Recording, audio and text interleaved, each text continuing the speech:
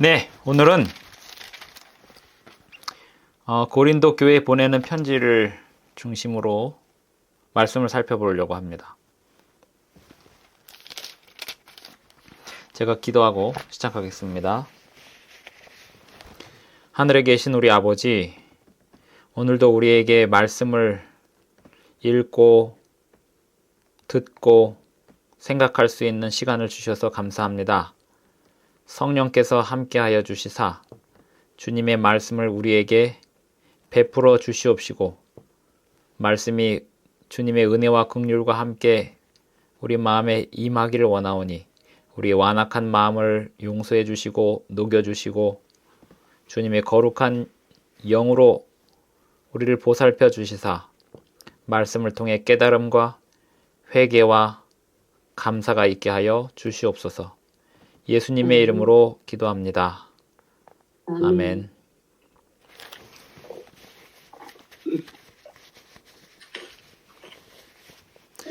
오늘 말씀의 제목은 기도와 교회 그리고 기도의 능력의 관계입니다. 먼저 마태복음 6장을 먼저 읽고 그 이후에 고린도 교회에 보내는 편지를 살펴보겠습니다. 마태복음 6장 31절부터 34절까지 제가 읽겠습니다. 그러므로 염려하여 이르기를 무엇을 먹을까, 무엇을 마실까, 무엇을 입을까 하지 말라. 이는 다 이방인들이 구하는 것이라. 너희 하늘 아버지께서 이 모든 것이 너희에게 있어야 할 줄을 아시느니라. 그런즉 너희는 먼저 그의 나라와 그의 의를 구하라. 그리하면 이 모든 것을 너희에게 더하시리라. 그러므로 내일 일을 위하여 염려하지 말라. 내일 일은 내일이 염려할 것이요 한날의 괴로움은 그날에 족하니라.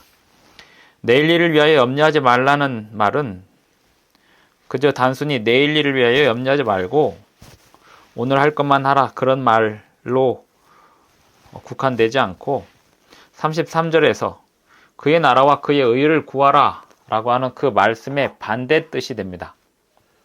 그의 나라와 그의 의를 구하라는 것은 하나님의 나라와 하나님의 의를 위하여 염려하고 기도하고 애쓰라는 것입니다.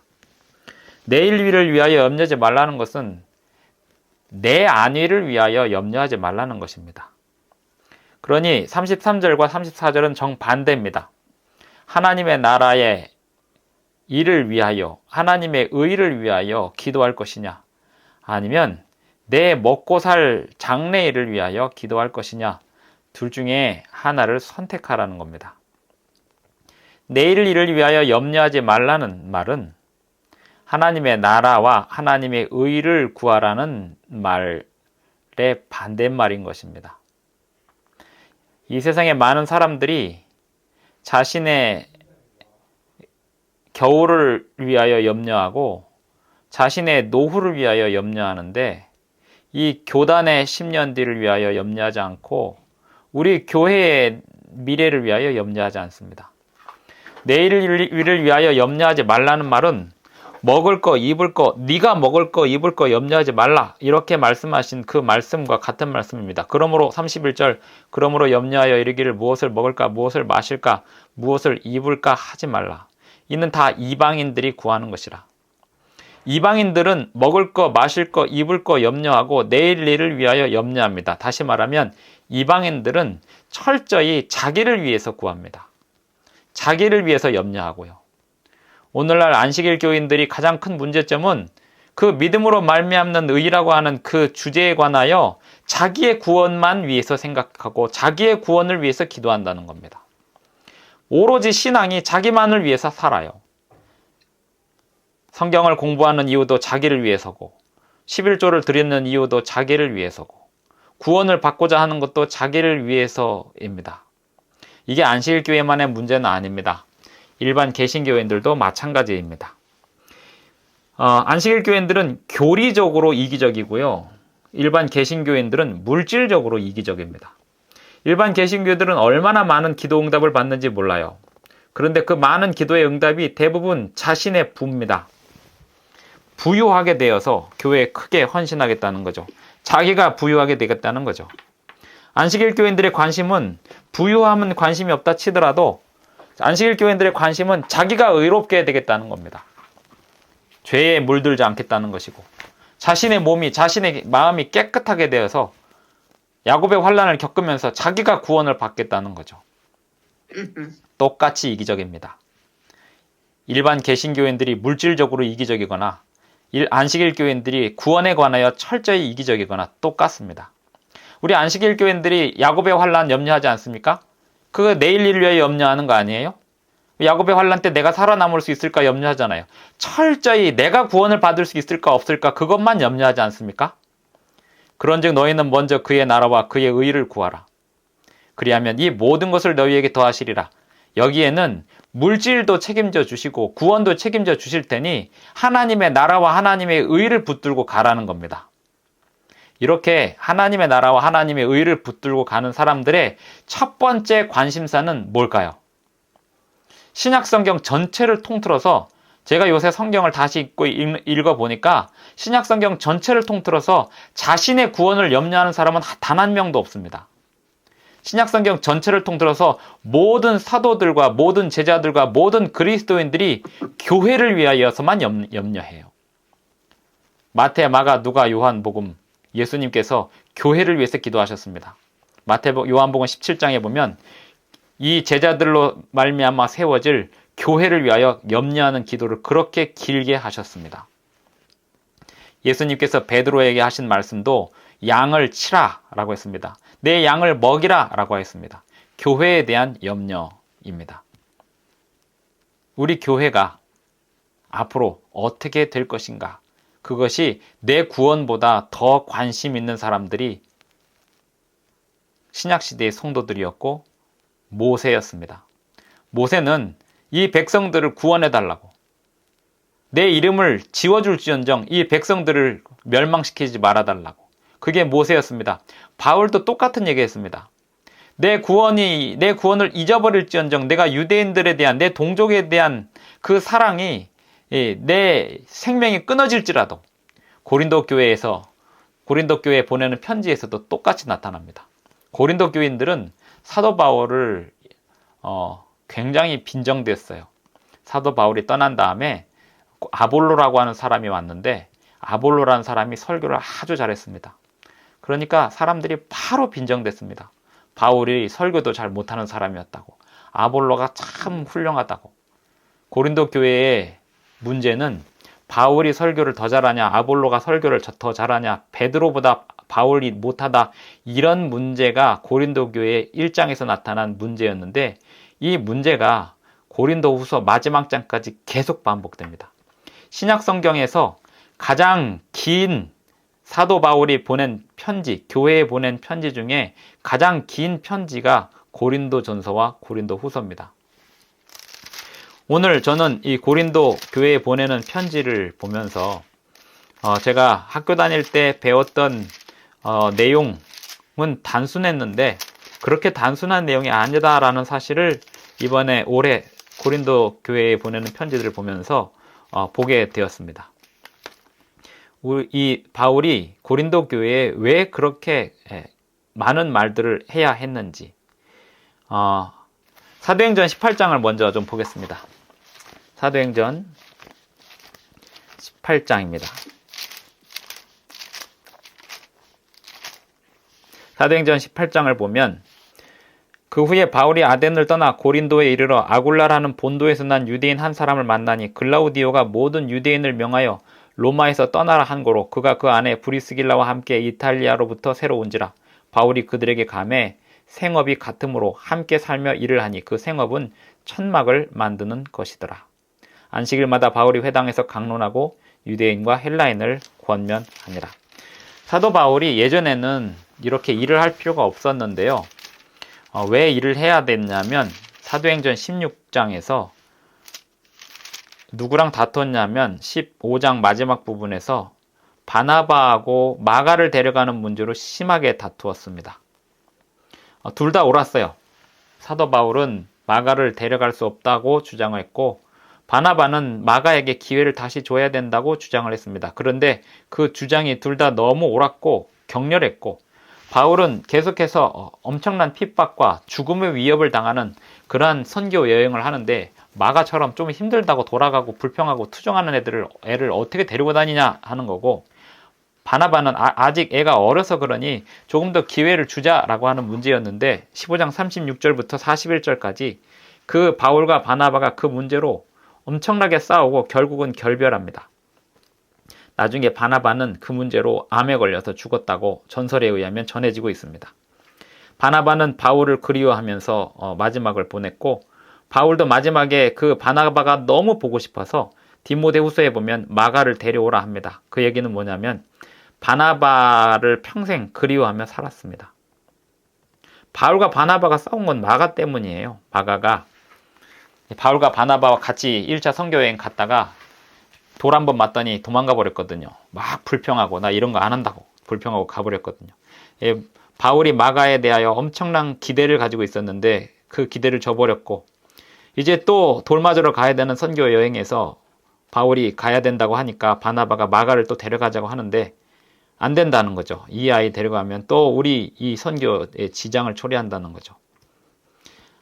바울은 철저히 자신의 목숨을 내놓고 하나님의 나라와 하나님의 의를 추구하는 사람이었습니다. 바나바도 마찬가지였는데 바나바는 단지 이 마가에 대한 관심이 있었습니다. 이 마가를 키워야 된다. 마가를 조금 더 기회를 줘서 만들어야 된다라는 생각이 있었습니다. 바울과 바나바는 둘 다 자신의 목숨을 내놓고 선교를 하는 사람들이었음에도 불구하고 바울은 철저히 생명을 내놓고 투쟁하는 일에 온몸을 던졌고 바나바는 그 와중에도 이 마가를 조금 더 사람을 만들어 보고 싶은 생각이 있었습니다. 그런데 그런 가운데 마가 때문에 둘이 결국 갈라서게 되고 그 전까지는 돈 문제가 없었는데 지금 바울이 빌립보가 마게도냐 지방이고요.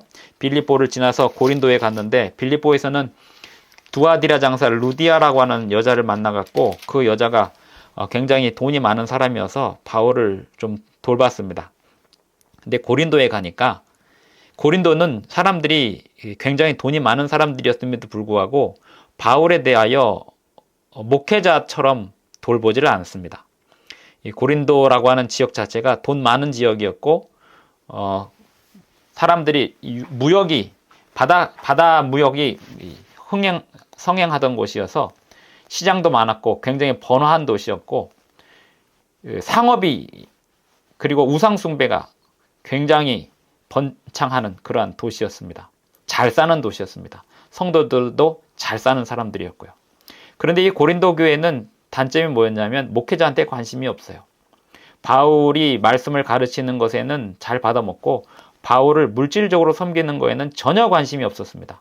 고린도전서와 후서에 보면 바울이 내가 너희들한테 그 생활비를 받아야 마땅하나 안 받았다 이런 얘기를 합니다. 굉장히 마음 아픈 이야기예요.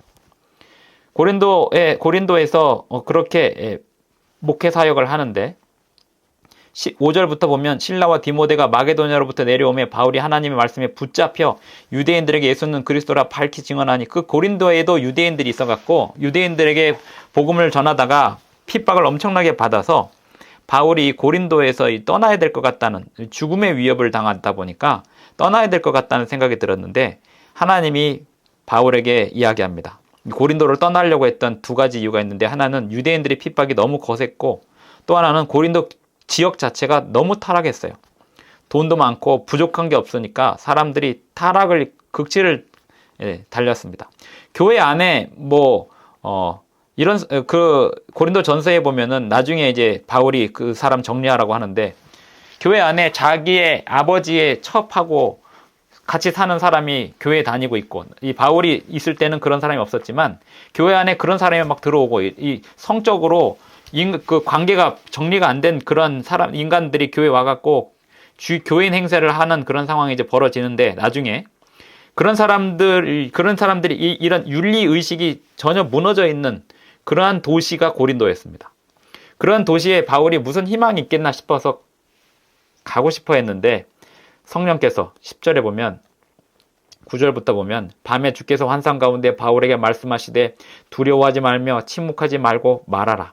내가 너와 함께 있으며 어떤 사람도 너를 대적하여 해롭게 할 자가 없을 것이니 이는 이 성 중에 내 백성이 많음이라. 바울은 생각했을 때 이 도시는 타락한 도시라고 생각했는데 하나님께서 바울에게 이 성에, 이 고린도 도시 안에 내 백성이 많으니까 어디 가지 말고 여기서 복음을 계속 전하라는 거죠. 1년 6개월을 머물며 그들 가운데서 하나님의 말씀을 가르치니라. 이것이 고린도 교회에서의 바울의 목회의 배경입니다. 자, 사도행전은 사도들의 역사고요. 이제 로마서부터 히브리서까지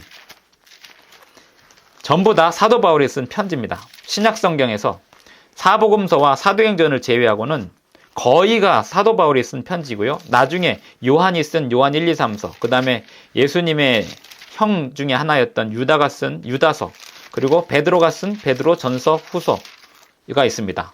그리고 야고보, 예수님의 첫 번째 형이 쓴 야고보서가 있는데요. 로마서가 아무리 길다고 하지만 고린도 전서와 후서를 합친 거에 비하면 절반밖에 안 됩니다. 로마서부터 히브리서까지 전체를 통틀어서 가장 긴 장이 고린도 전서와 후서입니다. 고린도 전서와 후서를 한번 보겠습니다. 고린도 전서는 몇 장까지 있나요?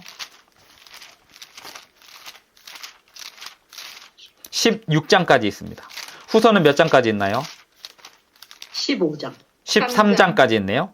그러니까 고린도 전서와 후서를 합치면 몇 장입니까? 29장. 고린도 교회 한 교회만 보내는 내용이 29장이에요. 사도행전 28장이고 마태복음 28장이고요. 신약성경에서 제일 길어요. 요한계시록도 22장인데요.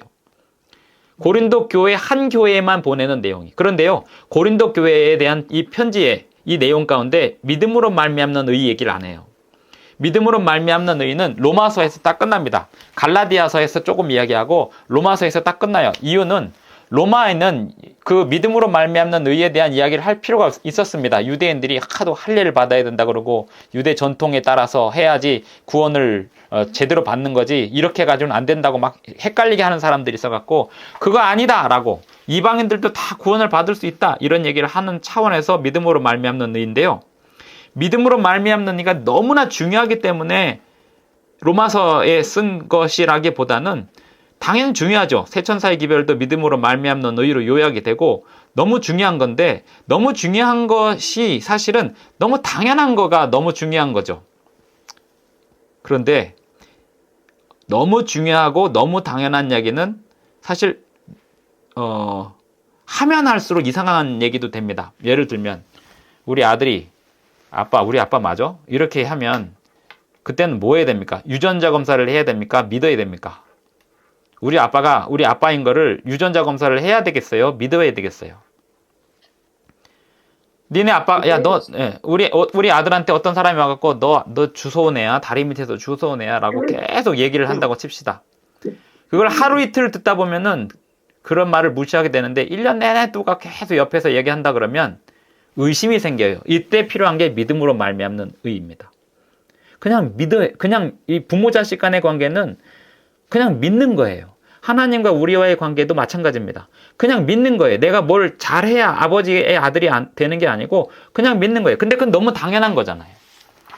부모와 자식 간의 관계는 너무 당연한 거 아닙니까? 그 너무 당연한 얘기를 당연하지 않다고 자꾸 누가 방해 놓으니까 하는 얘기가 로마서에서 나오는 믿음으로 말미암는 의예요. 근데요, 믿음으로 말미암는 의가 그렇게 중요한 거면 고린도전서와 고린도후서에서도 얘기해야죠. 근데 고린도전서와 고린도후서에는 믿음으로 말미암는 의 얘기가 없어요. 거의 없어요. 고린도전서와 고린도후서에 대한 이야기는 처음부터 끝까지 싸우지 말라는 겁니다. 싸우지 마라. 근데 싸움의 이유가 뭘까요? 싸움의 이유가 뭐냐면 오늘 제가 기도와 교회 그리고 기도의 능력의 관계가 제목인데요. 오늘 말씀의 내용을 요약하면 이겁니다. 우리의 기도가 교회를 위한 기도가 되지 않으면 우린 철저히 이기적인 기도만 하고 있는 거고요.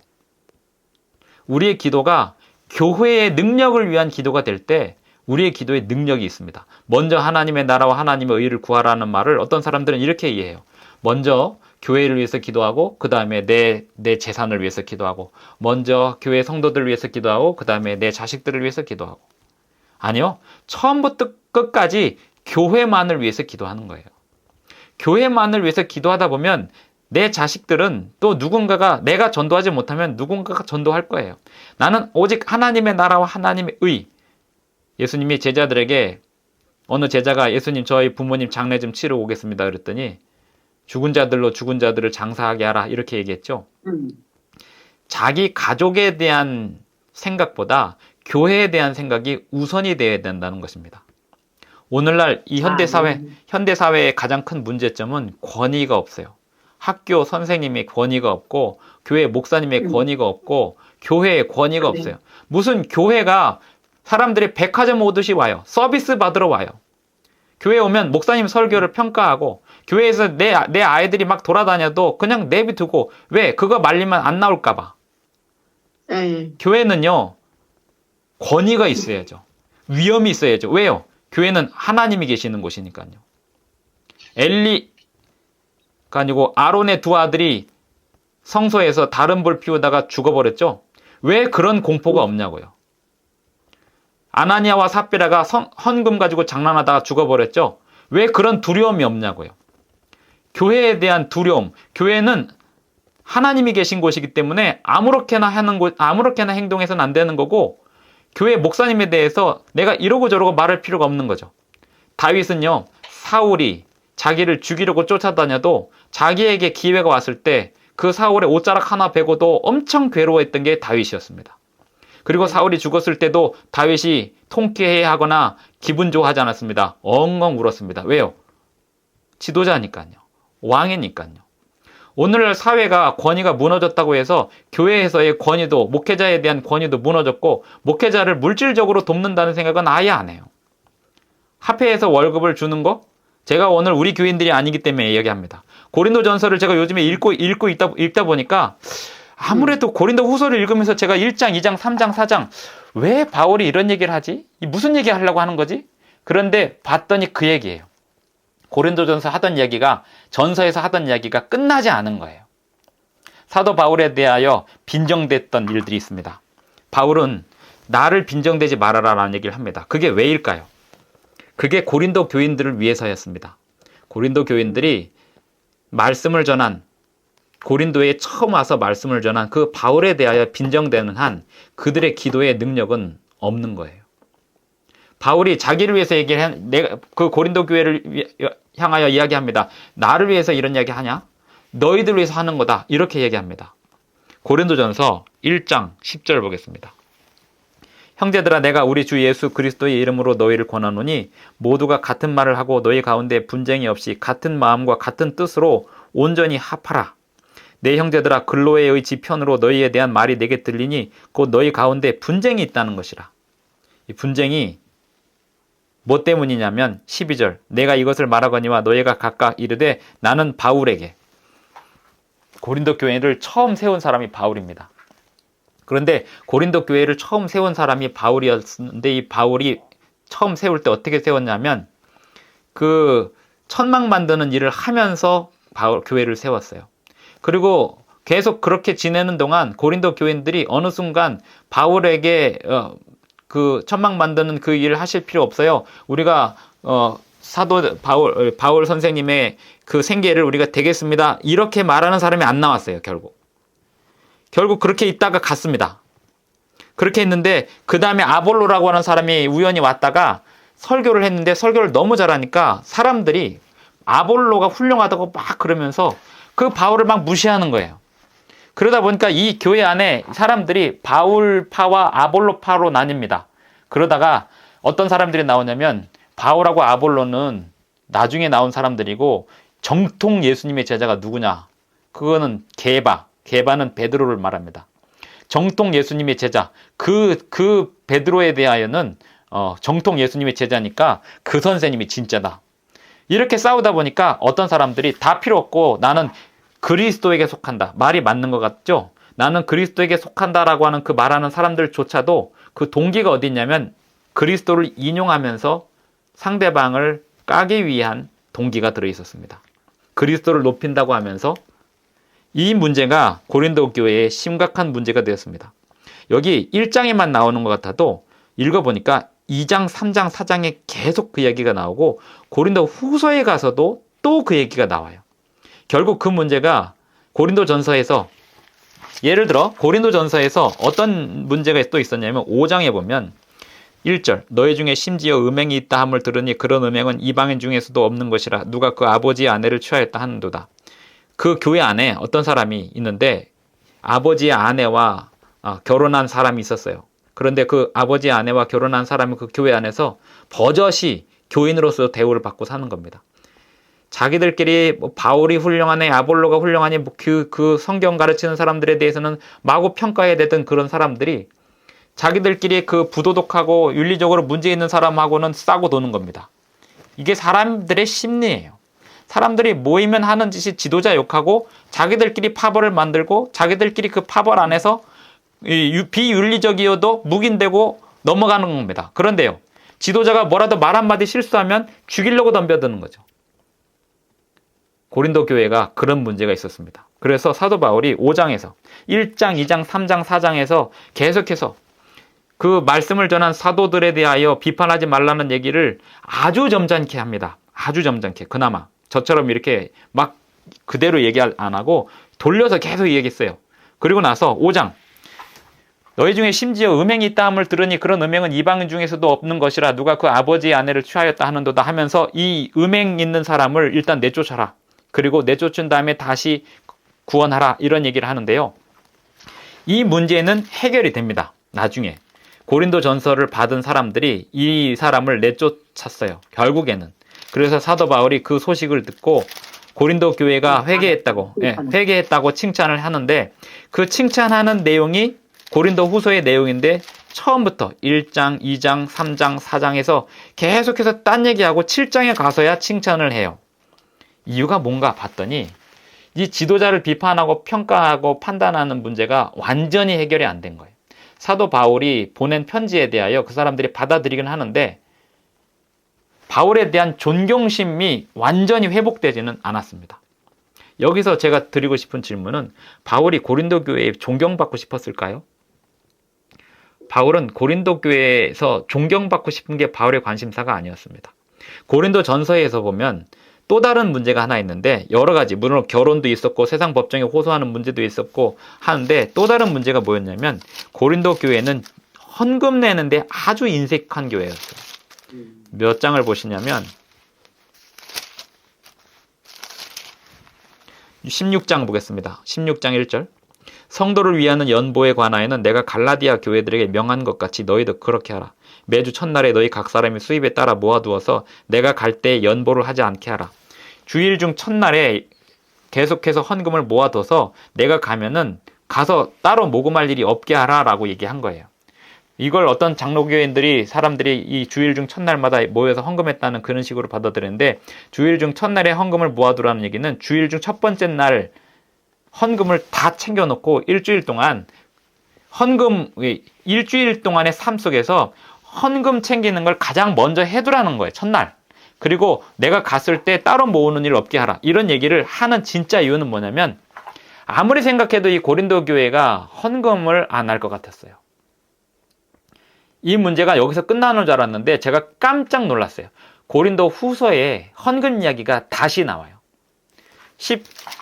고린도 후서 몇 장을 보시냐면,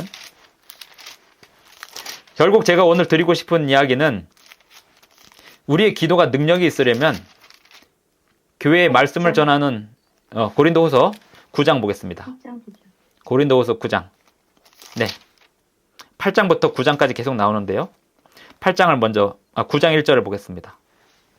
성도를 섬기는 일에 대하여는 내가 너희에게 쓸 필요가 없나니 이는 내가 너희의 원함을 알미라. 내가 너희를 위하여 마게도냐인들에게 아가야에서는 1년 전부터 준비하였다는 것을 자랑하였는데 과연 너희 열심히 퍽 많은 사람들을 분발하게 하였느니라. 그런데 이 형제들을 보낸 것은 이 일에 너희를 위한 우리의 자랑이 헛되지 않고 내가 말한 것 같이 준비하게 하려 함이라.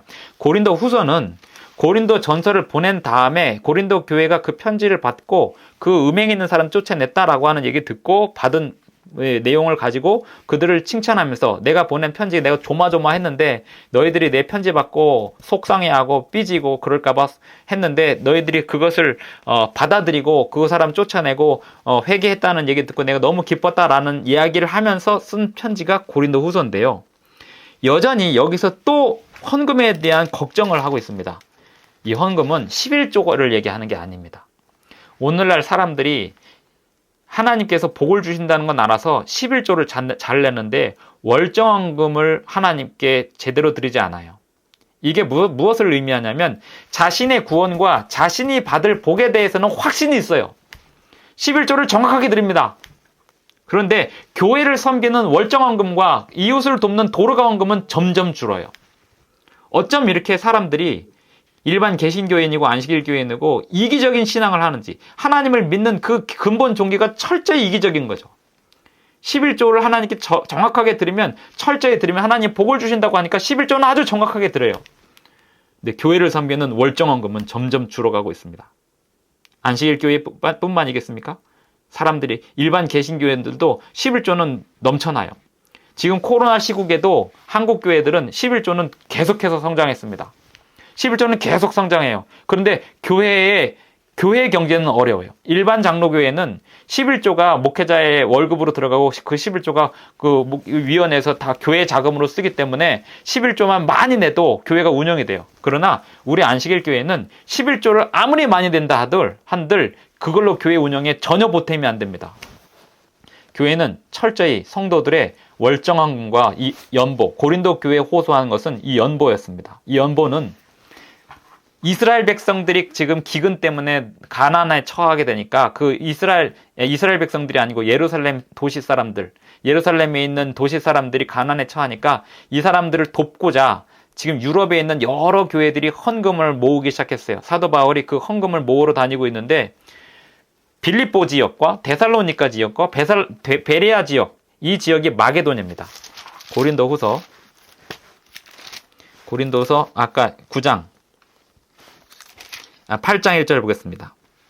형제들아, 하나님께서 마게도냐 교회들에게 주신 은혜를 우리가 너희에게 알리노니 환난의 많은 시련 가운데서 그들의 넘치는 기쁨과 극심한 가난이 그들의 풍성한 연보를 넘치도록 하게 하였느니라. 이 빌립보 교회는요, 바울이 어디를 가든지 빌립보 교회 성도들이 계속해서 헌금을 보냈습니다. 바울의 생계에 도움이 되라고. 빌립보는 바울이 유럽에서 거기 이제 죄수도 내가 어떻게 하여야 구원을 얻으리까? 주 예수를 믿으라. 그리하면 너와 내 집이 구원을 얻으리라라고 하는 그 간수를 구원한 지역이 빌립보고, 루디아라고 하는 자주장사가 구원받은 그 지역이 빌립보인데, 루디아만 부자였지 빌립보 교회는 가난한 교회였어요. 근데 그 가난한 교회에서는 바울의 사역에 대하여 계속해서 후원하는 헌금이 들어오고, 또 예루살렘의 그 가난한 사람들을 위하여 헌금하라고 많은 양의 헌금이 들어갑니다. 바울의 손으로. 근데 이 고린도 교회는 지역 자체가 잘 사는 동네고 사람들도 세련된 사람들도 많았고 한데, 세련된 사람들이 많다 보니까 설교 평가하는 사람들이 많아요. 바울이 설교를 잘하냐, 아볼로가 설교를 잘하냐. 옛날에 제가 학교 다닐 때 아시죠? 신계원 목사님과 오만규 목사님, 남대근 목사님, 그 쟁쟁하신 분들의 설교를 듣고 컸습니다.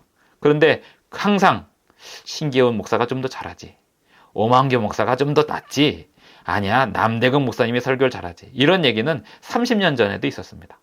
또 교회는요, 지금 목사님 설교를 열심히 듣다가 가잖아요. 그러면 그 목사님은 엄청 욕합니다. 새로운 목사님 받아들이느라고. 근데 반대로 또 이런 사람도 있습니다. 지금 새로운 목사님을 계속 하면서 옛날 목사님이 좋았는데 계속 이런 사람들이 있습니다. 이게 사람의 기본 심리예요. 저는 왜 고린도 전서와 후서에서 29장을 할애하면서 사도 바울이 이 문제, 지금 나 무시하지 마. 바울이 자신에 대하여 내가 지금 목숨을 걸고 복음을 전하고 있어. 너희들이 나 무시할 만한 그런 입장이 아니야 라는 얘기를 왜 이렇게 많은 장을 할애해서 하고 있나 생각해 봤더니, 기도가 능력이 있으려면 지도자를 비판하고 판단하고 평가하는 사람들은 그 기도가 능력이 있을 수가 없어요. 고린도 교회가 사는 방법은 그 죄를 끊어내야 했습니다. 그리고 나서 이기심 없는 헌금. 인간의 이기심은 두 가지로 작동하는데요. 하나는 비판과 판단이고 하나는 물질의 사용입니다. 물질의 사용에 관하여 신앙심이 좋은 사람들도 11조는 잘 내지만 월정헌금과 교회, 우리 교회를 돕는, 우리 교회, 내가 다니는, 내가 섬기는 이 교회를 돕는 헌금, 그리고 세계적인 선교를 돕는 그 헌금, 제2 11조, 그 제2 11조가 온전히 들여져서 교회에 보탬이 되는 신앙생활, 이것이 이기심 없는 신앙생활입니다. 어떻게 보면 11조만 잘 내는 신앙은 이기적인 동기가 들어있어요. 11조를 잘 내면 하나님께서 복을 주시는 경험이 있으니까. 하나님은요, 월정헌금 하나도 안 내도 11조만 잘 내도 정말 복을 주시더라고요. 그 사람에게 물질의 복을 주시더라고요. 약속하셨으니까요. 그런데 그렇게 11조를 잘 내도 그 사람이 신앙이 안 자라는 거 보면 알아요. 교회를 사랑하는 마음이 없어요. 교회를 사랑하는 마음은 또 다른 것입니다. 내가 하나님께 당연히 드려야 될 11조, 그 외에 교회를 사랑하는 월정헌금은 다른 것입니다. 고린도서 8장 3절에 내가 증언하노니 그들이 힘대로 할 뿐 아니라 힘에 지나도록 자원하여 이 은혜와 성도 섬기는 일에 참여함에 대하여 우리에게 간절히 구하니. 마게도냐 지방의 그 가난한 사람들이 자기한테, 바울한테 생계비 보낸 것에 대하여 굳이 얘기하지 않습니다.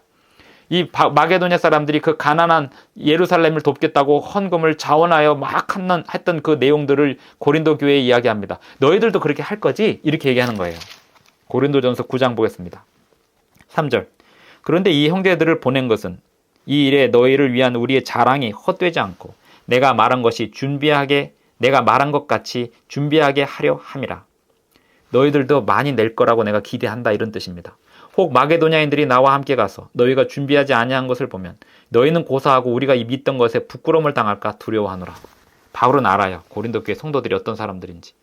이렇게까지 얘기했는데 고린도 전서에서 매주일 첫날에 헌금을 모아놔갖고 내가 가면 따로 거들 일 없이 다 준비해놔라라고 얘기했고, 그렇게 받아서 사람들이 회개한 줄 알았는데 여전히 이 사람들이 그 습성을 알기 때문에 한 번 더 얘기하는 거예요. 마게도냐인들은 지금 많이 냈는데 마게도냐 사람들이 지금 너네들 만났을 때 내가 마게도냐 사람들한테 너희들 엄청 자랑해놨는데 너희들 앞에 갔는데 헌금이 안 나오면 얼마나 부끄럽겠냐 얘기하는 거예요. 5절. 그러므로 내가 이 형제들로 먼저 너희에게 가서 너희가 전에 약속한 연보를 미리 준비하게 하도록 권면하는 것이 필요한 줄 생각하였노니 이렇게 준비하여야 참 연보답고 억지가 아니니라. 아니라. 가갖고 헌금 내라고 허소하기 전에 미리 다 준비해서 내가 가서 그런 얘기 할 필요 없게끔 제발 좀 해놔라 라는 얘기를 하는 거예요. 6절. 이것이 곧 적게 심는 자는, 그러면서 8장 9장에서 헌금 얘기를 2장에 걸쳐서 쭉 합니다. 그리고 10장 보시면 10장의 제목이 뭐냐면 바울이 자기의 사도직을 변호하다. 안 끝나요. 바울이 자기에 대한 변호를 계속합니다.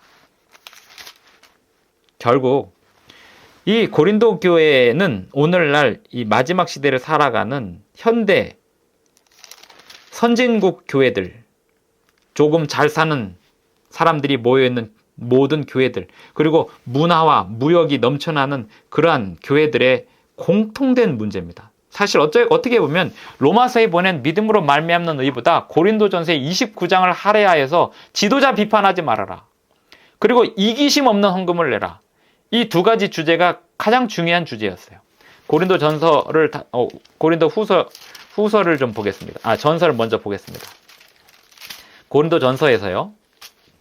고린도전서 13장 4절 어느 분 읽어보시겠습니까? 제가 오늘 말이 빨랐죠?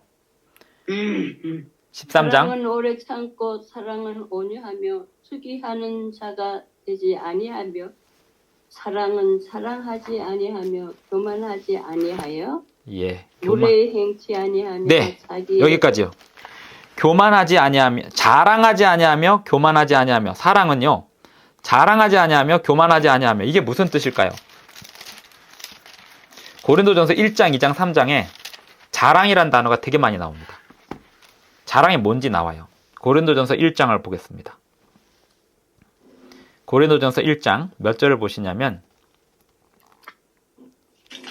29절. 이는 아무 육체라도 하나님 앞에서 자랑하지 못하게 하려 하심이라. 네. 30절. 이 너희는 31절. 30절 말고 31절. 기록된 바 기록된 바 음. 자랑하는 자는 주 안에서 자랑하라 함과 같이 갖게 하려 함이라. 네. 1장에서 자랑, 결론이 뭐냐면 아무 육체도 하나님 앞에서 자랑하지 말라고 했고요. 31절도 주 안에서 자랑하라라고 얘기했는데 1장에서의 내용의 핵심이 뭐냐면 왜 나는 바울 편이고 나는 아볼로 편이고 나는 게바 편이고 이런 이야기가 왜 나오냐 이거예요. 그런데 왜 나오냐면 자기가 판단할 수 있다라고 생각하는 겁니다. 누군가를 비난하고 비판하고 판단하는 그 배경의 동기는 뭐냐면 자랑이에요. 다른 사람을 판단하는 것 자체가 자랑이에요. 이게 고린도전서의 1장의 결론이에요. 너희들이 뭔데 나를 판단하냐 이거예요. 너희들이 뭔데 이 말씀 전하는 사람들을 판단하냐 이거예요. 고린도 교회를 향하여. 그러면서 18절에 보면 십자가의 도가 멸망하는 자들에게는 미련한 것이요 구원을 받는 우리에게는 하나님의 능력이라 하면서 20절 지혜 있는 자가 어디 있느냐 선비가 어디 있느냐 이 세대의 변론가가 어디 있느냐. 아볼로가 바울이 지나간 다음에 아볼로가 거기 고린도 교회에 갔다가 고린도 교인들이 그 아볼로한테 딱 붙어갖고 전에 있던 바울 선생님 설교를 잘 못했는데 당신 너무 설교를 잘한다고 막 아부하니까 아볼로가 그 교회를 떠나버립니다. 이게 그 사도행전에 보시면 고린도에서의 아볼로라고 하는 그 장인데 이 아볼로가 고린도 교회 갔다가 경험한 이야기가 쭉 나오는데요. 마지막에 바울이 아볼로한테 개인적으로 편지를 씁니다. 뭐라고 편지 쓰냐면 고린도 교회 다시 가라고. 근데 아볼로가 끝내 안 갑니다. 그 사람들이 그 자기한테 딱 붙어갖고 바울을 욕했던 그것이 생각이 나서 다시는 안 갑니다. 아볼로가. 그런 교회예요. 고린도 교회가. 그러니까 여기 선비가 어디 있느냐, 지혜 있는 자가 어디 있느냐, 말 잘하는 사람이 어디 있느냐, 유대인은 표적을 구하고 22절 헬라인은 지혜를 찾으나 우리는 십자가에 못 박힌 그리스도를 전한 이 얘기가 뭐냐면 누가 말 잘하고 누가 설교 잘하고 누가 목회 잘하고 지금 그게 무슨 소용이 있냐. 우리는 십자가에 못 박힌 그리스도를 전한다는 건 우리는 지금 죽음을 각오하고 전하고 있는데 우리는 지금 죽음의 길을 가고 있는데 이 죽음의 길을 가고 있는 사람들을 너희들이 비교하고 판단할 만큼 너희들이 지금 스스로 자랑할 만한 입장이냐 이런 얘기입니다.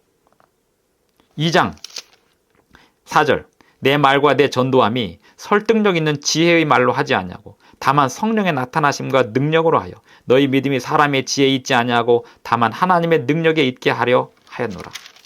고린도전서와 후서를 읽다 보면 바울이 고린도 교회 교인들에게 왜 이렇게까지 계속해서 이야기하는가라는 생각을 안 할 수가 없습니다. 그런데 고린도 교회에 대한 사랑이 그 교회 성도들이 회개했으면 하는 그 바램과 사랑이 사도 바울이 3차 여행 때 고린도를 잠깐 들리거든요. 그때는 지금 뭐 하는 길이냐면 예루살렘에 가서 죽으러 가는 길이었어요. 그 죽으러 가는 길에 잠깐 들려요. 죽으러 가는 길에 잠깐 들린 사람이 뭐가 아쉬워서 고린도 교인들한테 잘하라고 뭐 그러겠어요. 나는 이제 죽으러 가는데 너희들은 좀 잘해라 이 얘기입니다. 그러면서 몇 장을 또 보시냐면 3장 6절 2장 21절 3장 21절 죄송합니다. 고린도전서 3장 21절 그런즉 누구든지 사람을 자랑하지 말라. 만물이 다 너희 것입니다. 여기서 사람을 자랑하지 말라는 말은 너희들 자신을 자랑하지 말라 이 말이 아니고 우리 목사님이 니네 교회 목사님보다 설교 잘한다 이런 소리 좀 하지 말라는 거예요.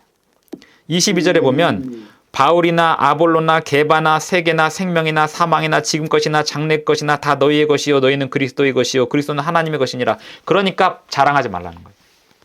나는 게바를 더 존경해요. 나는 바울을 더 존경해요. 아볼로가 설교는 최고지. 이런 소리 하지 말라는 거예요. 이런 소리 하는 거가 자랑이라는 거예요. 이런 소리 하는 사람은 교만한 사람이라는 거예요. 4장 6절 형제들아 내가 너희를 위하여 이 일에 나와 아볼로를 들어서 본을 보였노니 4장 6절 형제들아 내가 너희를 위하여 이 일에 나와 아볼로를 들어서 본을 보였노니 이는 너희로 하여금 기록된 말씀 밖으로 넘어가지 말라 한 것을 우리에게서 배워 서로 대적하여 교만한 마음을 가지지 말게 하려 함이라. 바울 편이니 아볼로 편이니 이런 얘기하는 것이 교만이다라고 하는 거예요. 4장 18절을 보겠습니다. 어떤 이들은 내가 너희에게 나아가지 아니할 것 같이 스스로 교만하여졌으나 이 말은 뭐냐면 그 바울 참 여기 있을 때도 형편없었는데 가니까 더 형편없어 이렇게 얘기하는 사람들한테 내가 너에게 안 갈 것 같지 너희들이 교만하게 나에 대해서 이렇게 저렇게 얘기하는데 19절 주께서 허락하시면 내가 너에게 속히 나아가서 교만한 자들의 말이 아니라 오직 그 능력을 알아보겠으니 하나님의 나라는 말에 있지 아니하고 오직 능력이 있습니다. 나에 대해서 막 비판한 너희 교회 성도들 내가 가서 만나볼 거야. 얼마나 하나님의 능력이 있나. 이렇게 얘기하는 거예요. 이게 권위가 없으면 이런 말을 할 수가 없습니다. 그 교회를 사랑하는 마음이 사도 바울은 지금 목숨을 내놓고 복음을 전하는 입장에서 교회 나에 대해서 비판한 사람들 내가 가서 내가 직접 대면해 보겠다고 이렇게 하면서 이 하나님의 일은 하나님의 능력으로 하는 것이지 사람의 말의 능력으로 하는 게 아니다라고 하면서 아멘. 결국 바울과 아볼로는 한 마음이 되어서 고린도 교회를 사랑하는 방식을 표현합니다. 그래서 13장에서 고린도 교회에 방언의 문제도 있었잖아요. 방언의 문제의 얘기 핵심은 뭐냐면 교회 좀 조용히 하라는 겁니다. 떠들지 말라는 게 핵심이에요. 근데 사람들이 일반 장로교회에서 방언을 해도 되는 것처럼 인용하는 성경적으로 고린도전서 14장을 쓰시는데 고린도전서 14장의 핵심은 교회에서 웬만하면 방언하지 마라 그런 뜻이에요. 우선 13장 사랑장이 왜 나왔는지에 대한 얘기입니다. 사랑은 오래 참고 모든 기독교인들에게 가장 유명한 성경절이 고린도전서 13장인데 고린도전서 13장에 나오는 이유가 13장 13절 그런 적 믿음, 소망, 사랑 이 세 가지는 항상 있을 것인데 그 중에 제일은 사랑이라 하면서 사랑은 자랑하지 않는 거다. 교만하지 않는 거다. 근데 뭐가 자랑이라고 했어요? 1장, 2장, 3장, 4장에서 지도자를 비판하는 게 자랑이라고 했습니다. 지도자를 비판하는 게 교만이라고 했습니다. 내가 평가할 수 있다라고 스스로 착각하는 게 교만이라고요. 다윗도 사울을 평가하지 않았는데 그 악한 사울조차도 다윗이 평가하지 않았는데 그 악한 아합 왕조차도 엘리야가 비가 오니까 그 아합을 안내하는 가이드로서 앞길을 안내했는데 한 나라의 왕이니까요. 교회가 그런 권위가 있어야 됩니다. 고린도전서 14장 33절 하나님은 무질서의 하나님이 아니시오 오직 화평의 하나님이시니라. 교회가 좀 권위가 있고 목사님의 말씀에 권위가 있으려면 성도님들이 말씀을 전하는 사람에 대하여 권위 있게 섬길 수 있어야 됩니다. 교회가 권위가 있으면 목사님의 기도가 더 힘이 있습니다. 그것은 한나 이야기 말씀드렸었잖아요. 우리가 다 아시는 이야기고 한나에게 있어서 엘리라고 하는 제사장이 무슨 권위가 있어요? 그 아들들 망나니로 키운 엘리 제사장 자기 구원도 간신히 결국 못 받은 그런 엘리 같은 사람이 그 한 나라의 제사장이었습니다. 마지막 사무엘 부름 받기 전에 마지막 사사였죠. 그런 시대에 자기 아들들이 망나니 짓을 하고 있는 그러한 제사장 엘리가 사무엘의 어머니 한나 아직 아기를 갖지 못한 한나에게 있어서 무슨 권위가 있겠어요? 그럼에도 불구하고 그 제사장이라는 이유 하나만으로 그 제사장이 한나한테 너 술 먹고 성소하면 어떡하냐? 이렇게 얘기한 이유가 뭐냐면 자기 아들들이 맨날 성소 안에서 술 먹고 돌아다니니까 지금 성소에 와갖고 그냥 저기 울면서 이렇게 소리 내지 않고 막 오물오물 하면서 기도하는 그 여자도 술 마시고 기도하는 줄 알고 뭐라고 했다가 제가 이런 사정으로 이렇게 기도한 겁니다 했더니 엘리가 미안해가지고 아유 네가 기도한 거 이루어질 거다라고 했더니 그 한나가 그걸 믿었어요. 그게 권위라고요. 권위는 하나님이 주시는 거지만 성소, 제사장, 목회자, 교회 지도자 그리고 한 나라의 지도자 그들에 대한 권위를 로마서 13장에서 이런 말 하지 않습니까? 사도 바울이 각 사람은 위에 있는 권세들에게 굴복하라. 그 권세가 로마 권세를 말합니다. 로마 황제들에게 굴복하라는 거예요. 결국 바울은 그 황제에게 참수당해 죽잖아요. 그럼에도 불구하고 권위에 굴복할 수 있어야 된다는 거죠. 그게 기도가 힘 있는 방법이죠. 고린도후서에서 보면 1장 9절 보겠습니다. 고린도후서 1장 9절 우리는 우리 자신이 사형 선고를 받은 줄 알았으니 이는 우리로 자기를 의지하지 말고 오직 죽은 자를 다시 살리시는 하나님만 의지하게 하심이라. 바울이 아시아에서 복음을 전하다가 죽을 고비를 계속 넘겼던 이야기를 합니다. 그러면서 2장 2장 13절 내가 내 형제 디도를 만나지 못함으로 내 심령이 편하지 못하여 그들을 작별하고 마게도냐로 갔노라. 결국 마게도냐에서 고린도전서에서 고린도전서 편지를 보낸 그 반응이 왔습니다. 그리고 나서 고린도 후서 몇 장을 보시냐면 5장 11절 4장 먼저 보겠습니다. 4장에 보면 7절 우리가 이 보배를 질그릇에 가졌으니 이는 심히 큰 능력은 하나님에게 있고 우리에게 있지 아니함을 알게 하려 함이라. 질그릇은 토기를 말하는 거고요. 보배는 하나님의 말씀을 말하는 겁니다. 질그릇은 사도 바울을 상징하는 거예요. 근데 사도 바울이 전한 하나님의 말씀. 사람들은 사도 바울의 볼품없는 외모도 잘못생겼고 키도 작고 뭐 말도 그렇게 잘하는 것도 아니고 바울은 글은 잘 썼죠. 근데 말을 그렇게 잘하는 건 아니었어요. 바울과 바나바가 같이 다니면 사람들은 바나바가 신이고 바울이 종인 줄 알았어요. 바울은 앞에서 막 말하고 바나바가 근엄하게 있으니까. 근데 나중에 아볼로가 와서 말하는데 말도 훨씬 잘하니까 바울은 잘생긴 것도 없고 그냥 말만 하는 사람인데 말도 그렇게 잘하는 사람도 아니고 글은 또 잘 쓰지만 그거 글 잘 쓰는 거야 바울이 없는 데서 나타나는 건데 그렇게 하면 평가받기 딱 좋잖아요. 그러니까 질그릇 그냥 토기 같은 그런 사람이었어요. 흙그릇 같은 그런 사람이었어요. 그런데 이 보배를 질그릇에 가졌지만 큰 능력이 하나님께 있고 우리에게 있지 아니함을 알게 하려 함이라. 우리가 사방으로 우겨쌈을 당하여도 쌓이지 아니하며 답답한 일을 당하여도 낙심하지 아니하며 박해를 받아도 버림받지 아니하며 거꾸로 뛰림을 당하여도 망하지 아니하고 하면서 사방으로 죽음의 위협을 당하면서도 복음을 전하는 이 말씀 전하는 사도에 대하여 너희들이 함부로 말하지 말아라. 이런 얘기합니다. 10장 고린도서 10장 너희를 대면하면 유순하고 떠나 있으면 너희에 대하여 담대한 나 바울은. 이 말은 막상 가면 또 바울이 마음이 약해져 갖고 뭐라고 못해요. 그런데 지금 멀리서 편지로 계속 세게 편지를 쓰고 있어서 이런 얘기 하는 거예요. 대면하면 결국 유순해질 건데 떠나 있는 지금 상태에서 내가 이렇게 담대하게 쓰고 있다. 그리스도의 권유와 관용으로 친히 너희를 권하고 또한 우리를 육신에 따라 행하는 자로 여기는 자들에 대하여 내가 담대히 대하는 것 같이 너희와 함께 있을 때 나로 하여금 이 담대한 태도로 대하지 않게 하기를 구하노라. 지금 너희들한테 이렇게 강하게 쓰는 편지, 이러한 편지가 만나서도 이루어지지 않았으면 좋겠다라고 이야기합니다. 저는 이 고린도전서와 후서를 읽으면서 믿음으로 말미암는 의를 강조했던 로마서와 달리 고린도 교회에 왜 이렇게 바울 자신에 대한 변호를 그렇게도 많이 했으며 교회 성도들한테 지도자 비판하는 문제에 대하여 끊임없이 경고하고 혼내고 너무 강하게 말을 하다 보니까 막상 가면 내가 이렇게 강하게 안 했으면 좋겠다라고 하고 또 편지 보내놓고 교인들이 상처받을까봐 조마조마해갖고 막 바울이 거의 바울이 얼마나 힘들었냐면 고린도전서 편지 보내놓고 얼마나 힘들었냐면 그 편지 받을 때까지 계속 악몽을 꾸는 거예요. 이 고린도 교인들이 어떻게 반응할지가 궁금해가지고 자기가 그 고통받았던 그 기억이 계속 떠오르는 거예요.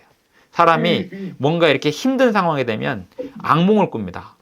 여기 악몽 꿨다는 말은 없는데 그런 느낌을 주는 성경 구절이 있어요. 뭐냐면 내가 계속 내 머릿속에 고통받았던 옛날 기억이 자꾸 떠올라서 힘들었다. 이 편지 너희들이 내가 보낸 편지에 대한 반응을 어떻게 했는지 궁금해가지고 이 얘기가 그 얘기였습니다. 자, 이제 오늘 말씀을 마무리하면서 제가 고린도전서와 후서를 올해 이렇게 다시 읽으면서 느낀 게 교회에는 믿음으로 말미암는 의라고 하는 이 중요한 교리도 중요하지만 교회를 다니는 우리 인간들이 정말 기도가 능력이 있으려면 과연 이 기도가 능력이 있으려면 어때야 하는가에 대한 관심, 그것이 교회라는 거죠. 이렇게 해가지고는 이 교회가 건강하게 클 수 없어. 이것이 내가 구원받기 힘들 것 같아. 이것보다 우선해야 된다는 거죠. 마태복음 6장에서 너희는 먼저 그의 나라와 그의 의를 구하라. 그리하면 이 모든 것을 너희에게 더하시리라는 말은 먼저 하나님의 나라와 하나님의 의를 구하면 너희 성품도 바뀌어. 이런 뜻입니다. 근데 아멘. 성품을 바뀌려고 노력을 하면서 교회를 버리는 사람은 바뀌겠냐는 거죠. 시련도 감당하고 고난도 감당하고 교회를 위해서 고난을 감당하고 교회를 위해서 시련을 감당하고 신약 시대의 모든 사도들은 교회를 위해서 감당하다가 성품이 변화된 사람들이에요. 바울과 바나바가 결국 그렇게 헤어졌지만 제가 하나 안 읽은 장이 있는데 고린도 전서 9장입니다. 고린도 전서 9장 1절. 내가 자유인이 아니냐 사도가 아니냐 예수 우리 주를 보지 못하였느냐 주 안에서 행한 나의 일이 너희가 아니냐 다른 사람들에게는 내가 사도가 아닐지라도 너희에게는 사도이니 나의 사도됨을 주 안에서 인친 것이 너희라. 나를 비판하는 자들에게 변명할 것이 이것이니 우리가 먹고 마실 권리가 없겠느냐 우리가 다른 사도들과 주의 형제들과 게바와 같이 믿음에 자매된 아내를 데리고 다닐 권리가 없겠느냐 어찌 나와 바나바만 일하지 아니할 권리가 없겠느냐. 게바, 베드로는 예수님의 정통 제자였기 때문에 이 게바에 대해서는 사람들이 생활비 보내는 거에 대해서 이견이 없었나 봐요. 그런데 바울에 대해서는 말이 많았어요. 그러니까 바울이 옛날에 헤어진 바나바 얘기를 다시 꺼내는 거예요. 바나바하고 나는 너희들 이 성도들에게 생활비 한 푼 안 받고 살았고 너희들하고 살면서 내가 돈을 다 벌어서 살았다. 그렇게 했던 이유는 9장 이후에 보면은 그렇게 해야 돼서 그런 게 아니고 너희들 앞에 떳떳하려고 했던 거다. 그런데 그게 정상적인 모습이었냐? 이런 얘기합니다. 고린도 교회의 모습이었어요. 그게 14절.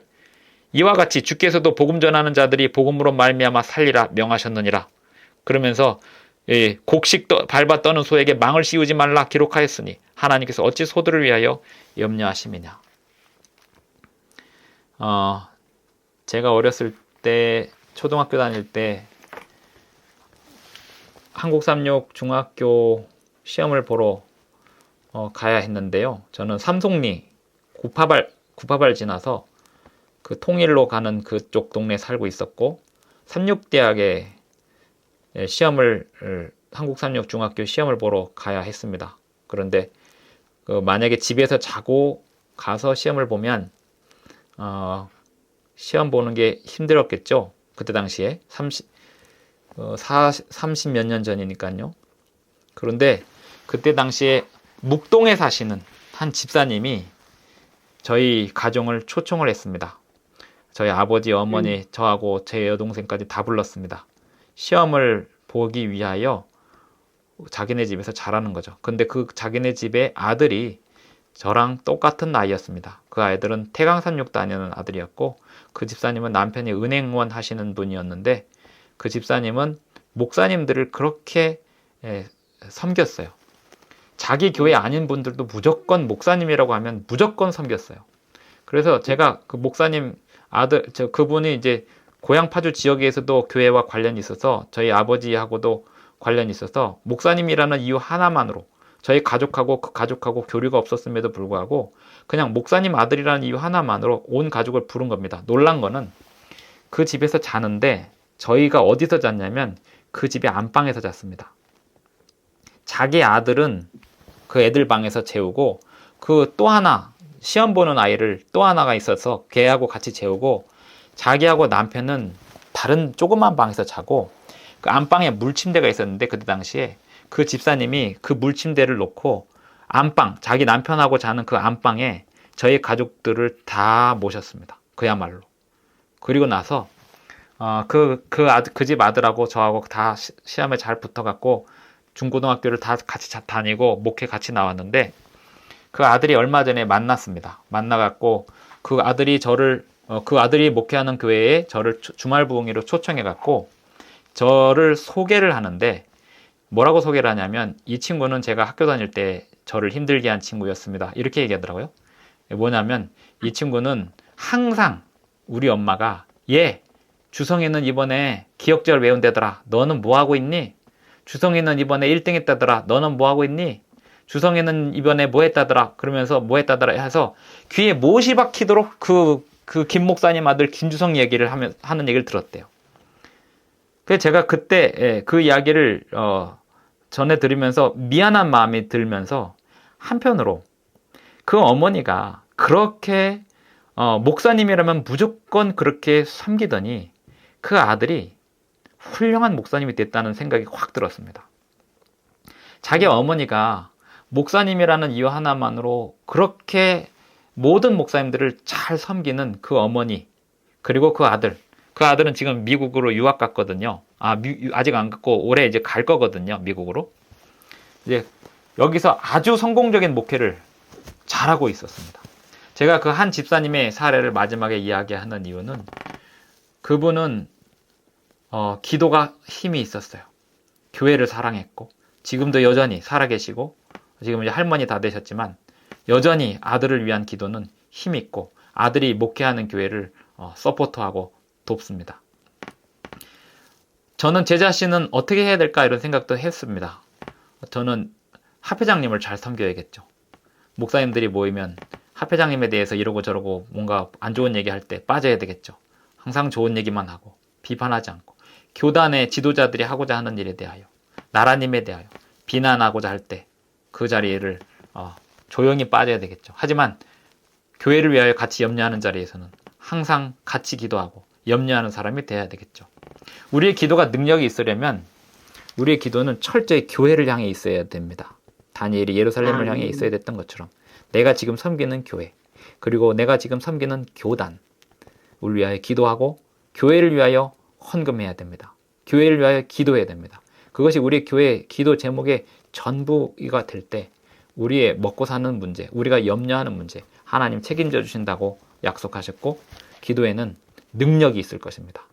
하나님께서 하나님의 그 놀라우신 능력을 하나님의 교회를 위하여 기도하는 성도들에게 부어주시기를 간절히 소망하면서 기도하겠습니다. 아멘. 하늘에 계신 우리 아버지, 오늘도 우리에게 말씀을 주셔서 감사합니다. 사도 아멘. 바울이 고린도 교회를 생각하면서 썼던 그 편지의 많은 내용들이 오늘 우리에게 가르쳐주는 바가 많이 있을 거라고 생각이 됩니다. 주님이시여 우리 죄를 용서하여 주시고 또 생각나게 하사 주님 앞에 자복하게 하시고 주님이 보여주시는 놀라운 능력을 경험하게 하시며 오직 아멘. 주님의 나라와 주님의 의를 구하는 백성들을 위하여 주님께서 무엇을 공급하시는지 경험하게 하여 주시옵소서. 예수님의 아멘. 이름으로 기도합니다. 아멘. 아멘. 감사합니다. 수고하셨습니다. 감사합니다. 고맙습니다.